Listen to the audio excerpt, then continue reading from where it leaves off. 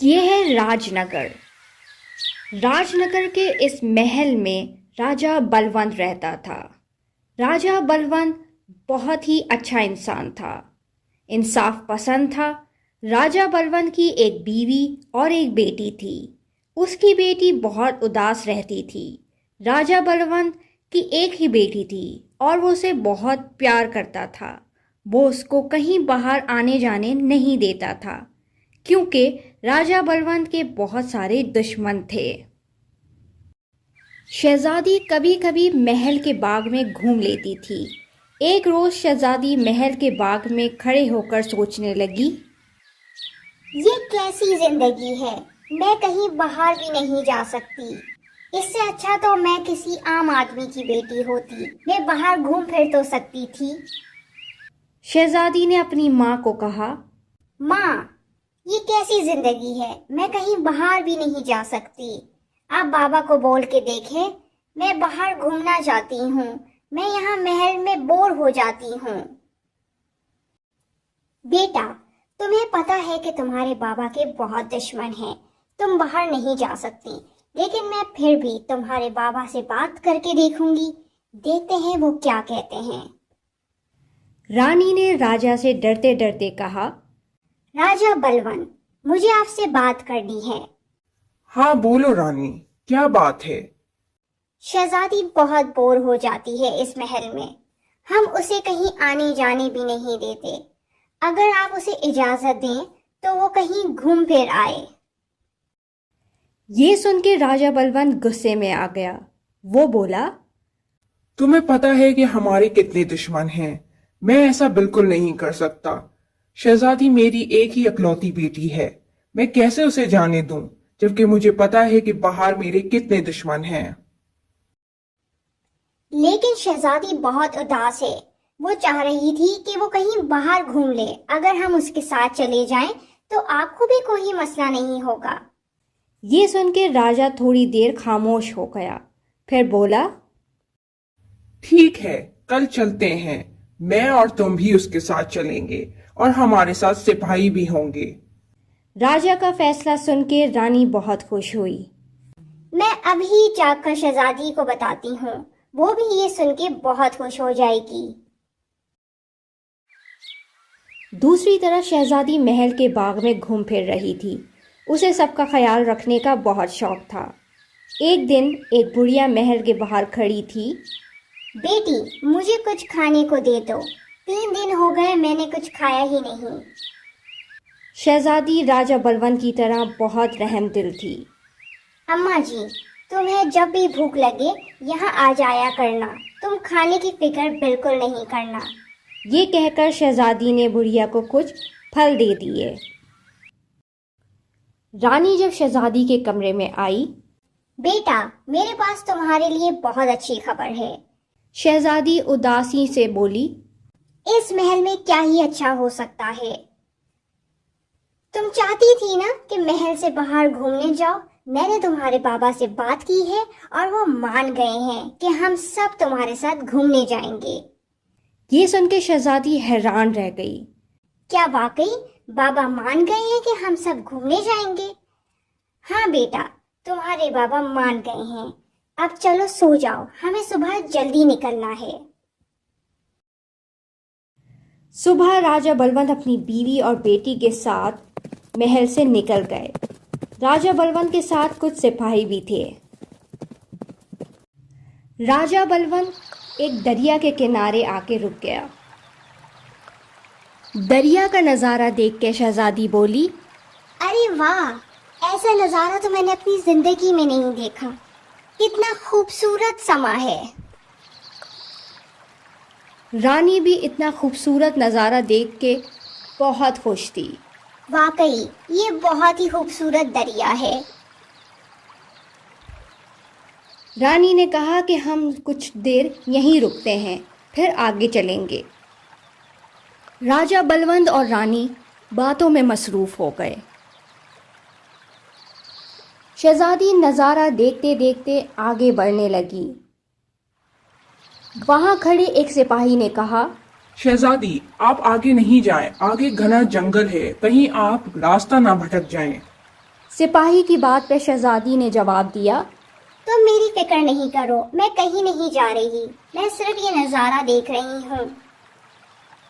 तुम मेरी फिक्र छोड़ो और यहाँ राजा और रानी की हिफाजत करो। शहजादी ने ये कहा और नज़ारा देखते देखते आगे बढ़ती रही।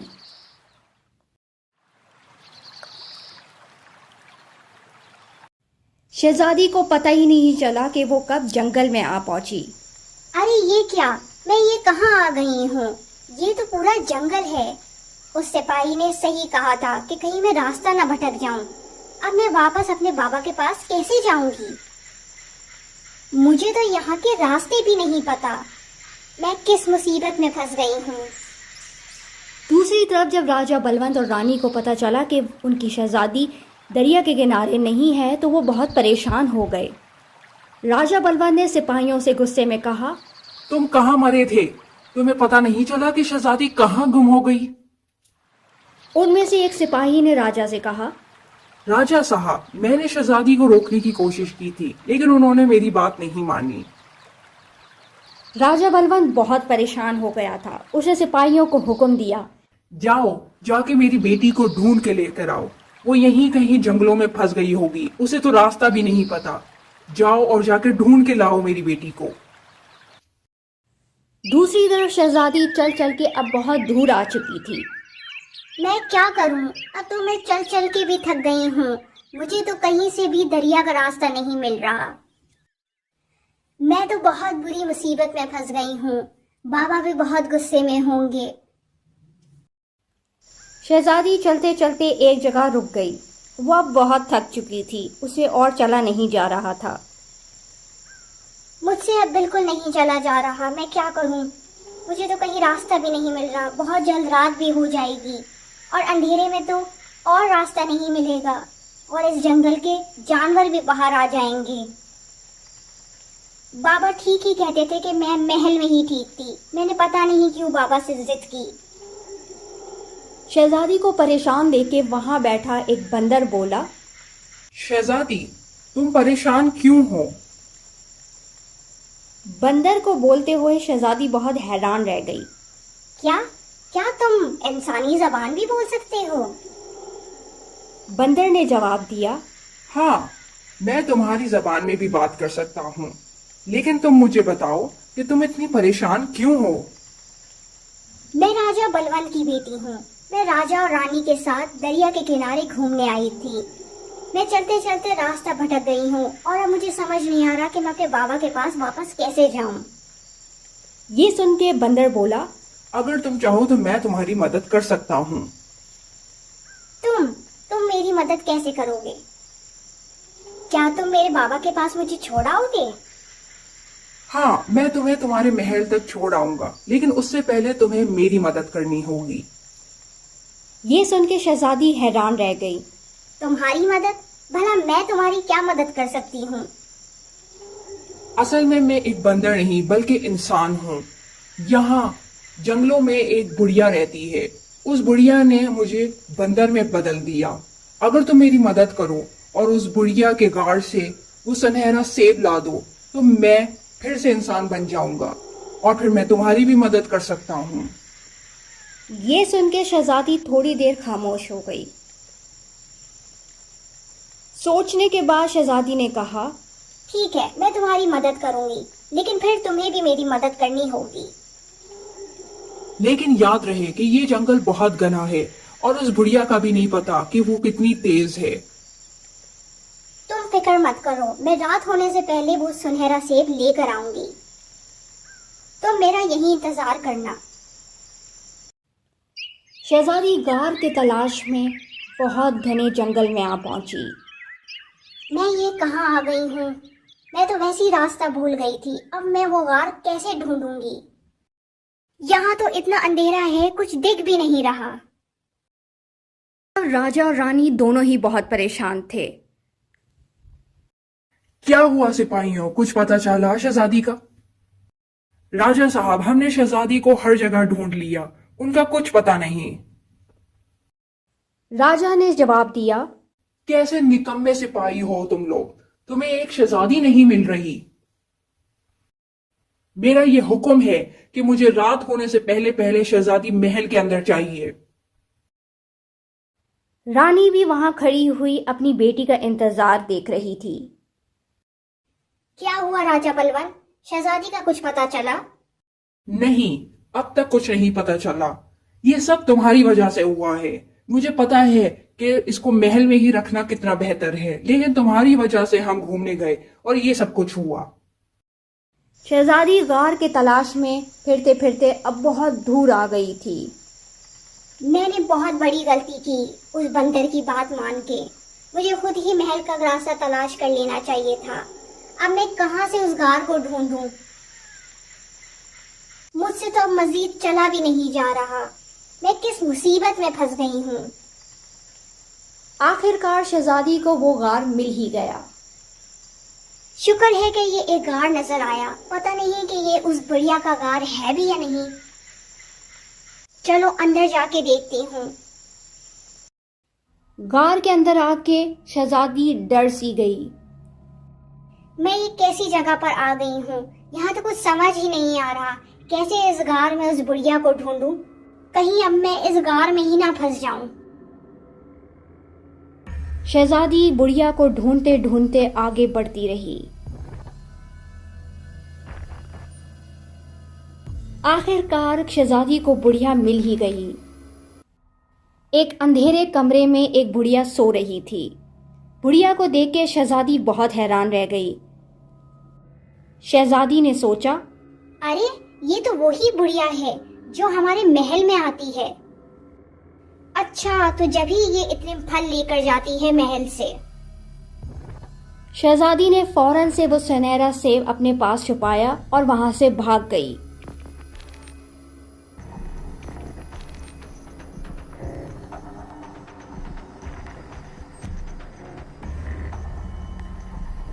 जल्दी जल्दी चली जाती हूँ, कहीं वो बुढ़िया उठ ना जाए और मेरे पीछे ना लग जाए। शहजादी के भागने की आवाज से बुढ़िया उठ गई। ये क्या? ये तो किसी के भागने की आवाज है, लेकिन इस गार में कोई कैसे आ सकता है? मुझे जाके देखना होगा। मुझे लगता है कि वो बुढ़िया उठ गई है। मुझे जल्दी से यहाँ से भागना होगा इससे पहले कि वो मुझे पकड़ ले। रुक जाओ, वहाँ कौन है? वहाँ किसकी हिम्मत हुई मेरे गार में आने की? आखिरकार शहजादी गार से बाहर आ ही गई। पीछे पीछे बुढ़िया आ रही थी। आखिरकार शहजादी उस जगह पहुंच गई जहां बंदर मौजूद था। ये लो, मैंने अपना वादा पूरा किया। मैं तुम्हारा सुनहरा सेब लेकर आ गई। जैसे ही उस बंदर ने सुनहरा सेब हाथ में पकड़ा, वो एक शहजादे में बदल गया। शहजादी ये सब देख के हैरान रह गई। ये क्या? तुम तो एक शहजादे हो। हाँ, मैं राजा पृथ्वी का बेटा हूँ। मैं आपके शहर में घूमने आया था। इस बुढ़िया की वजह से मैं बंदर में बदल गया। आपका बहुत बहुत शुक्रिया कि आपने मेरी मदद की। अगर आप नहीं होती तो मैं पूरी उम्र बंदर ही बना रहता। शुक्रिया की कोई बात नहीं, लेकिन अब तुम्हें अपना भी वादा पूरा करना पड़ेगा और मुझे महल तक पहुंचाना पड़ेगा। बिल्कुल, मुझे अपना वादा याद है। चलें, मैं आपको आपके महल तक पहुंचा देता हूँ। आखिरकार शहजादी महल तक पहुंच गई। सिपाही ये देखकर बहुत खुश हुए कि शहजादी महल तक पहुंच गई है। मैंने अपना वादा पूरा किया, अब मैं चलता हूँ। अपना ख्याल रखिएगा। रुकिए, मैं आपको अपने बाबा से मिलवाऊंगी। शहजादी को देख के राजा और रानी दोनों ही बहुत खुश हुए। शुक्र है मेरी बेटी, तुम वापस आ गई हो। हम दोनों बहुत परेशान हो गए थे। बाबा, मैं आप दोनों से माफी मांगती हूँ। मेरी वजह से आप दोनों को बहुत परेशानी हुई। शहजादी ने सारी कहानी राजा बलदेव को सुनाई कि वो कैसे महल तक पहुंची और उसके साथ क्या क्या हुआ। राजा बलदेव ने उस शहजादे से कहा, आपका बहुत बहुत शुक्रिया कि आप मेरी बेटी को सही सलामत महल तक ले आए। और जिस किसी ने भी आपको इस शहर में तकलीफ दी थी, हम उसको जरूर सजा देंगे। राजा बलदेव की बातें सुन के शहजादा बोला, बहुत बहुत शुक्रिया राजा साहब, लेकिन मैं आपसे कुछ कहना चाहता हूँ। अगर आपकी इजाजत हो तो मैं आपकी बेटी से शादी करना चाहता हूँ। ये सुन के राजा और रानी दोनों ही बहुत खुश हो गए। राजा ने जवाब दिया, ये तो बहुत खुशी की बात है। राजा पृथ्वी के बेटे से मेरी बेटी की शादी हो, इससे बड़ी खुशी की बात क्या हो सकती है। कुछ दिन बाद शहजादा और शहजादी महल के बाग में खड़े थे। वहां वही बुढ़िया महल के बाग में आई कुछ फल लेने। उस बुढ़िया ने जैसे ही शहजादे को देखा वो घबरा सी गई। उसको याद आ गया था कि ये तो वो ही शहजादा है जिसको उसने बंदर में बदल दिया था। इससे पहले बुढ़िया कुछ बोलती, सिपाहियों ने बुढ़िया को पकड़ लिया। सिपाहियों ने उस बुढ़िया को राजा बलदेव के सामने पेश किया। अच्छा, तो तुम हो वो बुढ़िया जो हमारे शहर में आने वाले लोगों को तंग करती है। नहीं राजा साहब, वो तो कोई और होगी। मैं वो बुढ़िया नहीं हूँ। मैं तो बहुत गरीब सी औरत हूँ। बुढ़िया का झूठ सुन के शहजादी फौरन से बोली, तुम झूठ बोल रही हो। मैं तुम्हें बहुत अच्छे से जानती हूँ। मैंने तुम्हें उस गाड़ के अंदर देखा था। बुढ़िया फौरन से बोली, आप सबको कोई गलत फहमी हुई है। मैं वो नहीं हूँ। आप लोग गलत समझ रहे हैं। राजा ने फौरन से सिपाहियों को हुक्म दिया, सिपाहियों, इस बुढ़िया को यहाँ से लेकर जाओ और जिंदान में फेंक दो। इसकी यही सजा है। सिपाहियों ने राजा बलवंत के हुक्म पे उस बुढ़िया को जिंदान में डाल दिया। दूसरी तरफ शहजादा और शहजादी अपनी जिंदगी हंसी खुशी गुजारने लगे।